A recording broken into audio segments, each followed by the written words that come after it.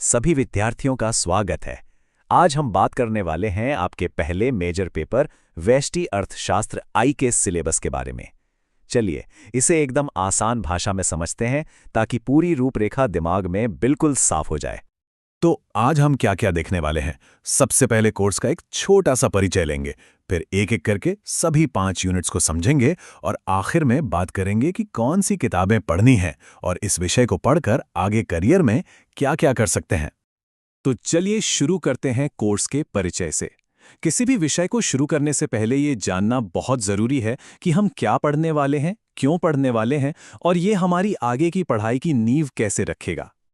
देखिए, जैसा कि स्क्रीन पर दिख रहा है, ये बीए फर्स्ट ईयर का इकोनॉमिक्स यानी अर्थशास्त्र विषय का पेपर है। पेपर का टाइटल है व्यष्टि अर्थशास्त्र आय और ये आपका पहला मेजर पेपर है।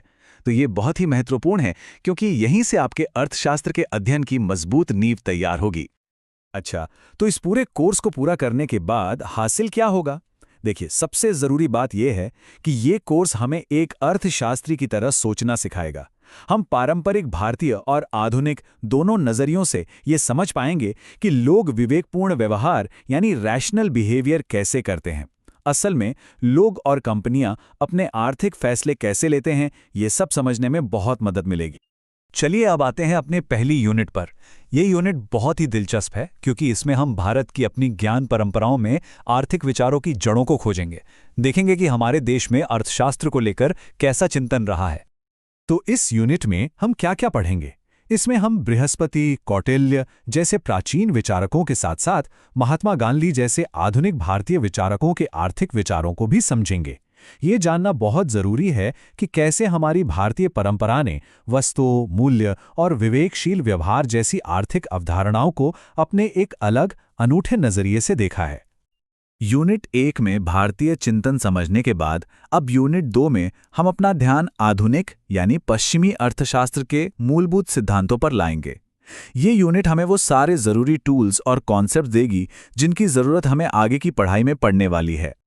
इस यूनिट में जो सबसे ज़रूरी बातें हैं वो हैं अर्थशास्त्र के आधार स्तंभ।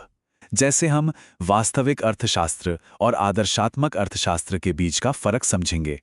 देखिए, एक होता है क्या है का अध्ययन और दूसरा होता है क्या होना चाहिए का अध्ययन। इसके अलावा हर अर्थव्यवस्था के सामने जो 3 केंद्रीय समस्याएं होती हैं, क्या बनाएं, कैसे बनाएं और किसके लिए बनाएं, उनका भी विश्लेषण करेंगे। अब हम व्यष्टि अर्थशास्त्र के बिल्कुल केंद्र में प्रवेश कर रहे हैं, यूनिट 3 के साथ, जो उपभोक्ता व्यवहार पर केंद्रित है। देखिए, अर्थशास्त्र का एक बुनियादी हिस्सा ये समझना है कि कोई भी व्यक्ति अपनी ज़रूरतें और इच्छाएं पूरी करने के लिए फैसले कैसे लेता है।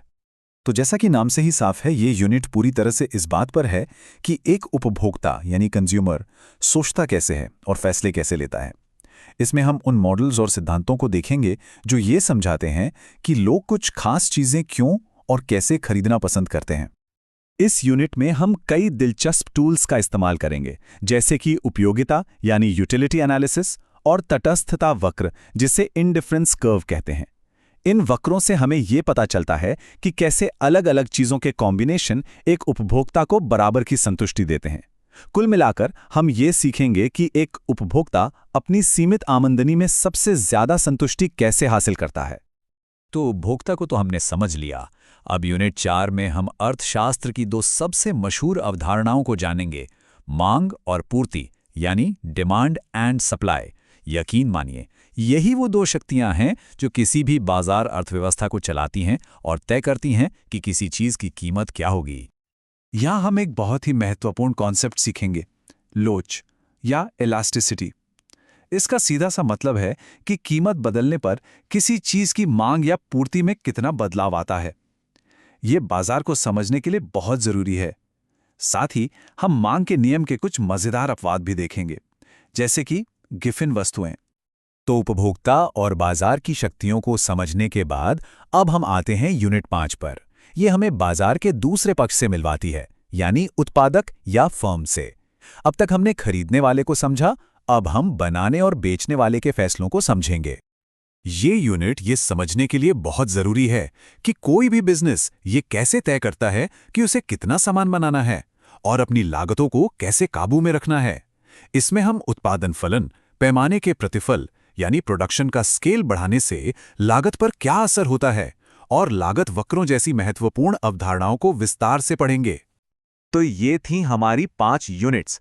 अब जब हमने पूरे सिलेबस की रूपरेखा समझ ली है, तो चलिए अब बात करते हैं उन संसाधनों की जो इस पढ़ाई में आपकी मदद करेंगे और ये भी जानेंगे कि ये ज्ञान आपको भविष्य में कहाँ-कहाँ ले जा सकता है। देखिए, ये कोई अंतिम सूची नहीं है, लेकिन एच.एल. आहूजा और एम.एल. झिंगन जैसे लेखकों की किताबें इस विषय की पढ़ाई के लिए एक बहुत अच्छी शुरुआत हैं। खासतौर पर भारतीय परिप्रेक्ष्य के लिए कौटिल्य का अर्थशास्त्र और मध्य प्रदेश हिंदी ग्रंथ अकादमी की पुस्तकें भी बहुत उपयोगी साबित होंगी। अक्सर लोग सोचते हैं कि इकोनॉमिक्स पढ़कर क्या होगा, तो देखिए, व्यष्टि अर्थशास्त्र में एक मजबूत नींव कई शानदार करियर के दरवाजे खोलती है। ये सिर्फ एक किताबी विषय नहीं है, बल्कि एक ऐसा ज्ञान है जो असल दुनिया में हर रोज काम आता है। तो क्या क्या रास्ते खुलते हैं? आप एकेडेमिक्स और रिसर्च में जा सकते हैं, यानी प्रोफेसर या रिसर्चर बन सकते हैं। सरकार या एनजीओ के साथ नीति विश्लेषक यानी पॉलिसी एनालिस्ट के तौर पर काम कर सकते हैं। बैंकिंग और फाइनेंस का क्षेत्र तो है ही, और हाँ, भारतीय आर्थिक सेवा यानी इंडियन इकोनॉमिक सर्विस, जो कि एक बहुत ही प्रतिष्ठित सरकारी सेवा है, वहां भी जा सकते हैं। तो ये जो सिलेबस है, ये उस दिलचस्प विषय में पहला कदम है जो हमारे आसपास की दुनिया को समझने में मदद करता है। उम्मीद है कि सिलेबस के इस विश्लेषण से आगे की पढ़ाई के लिए एक साफ रोडमैप मिला होगा। सभी को शुभकामनाएं।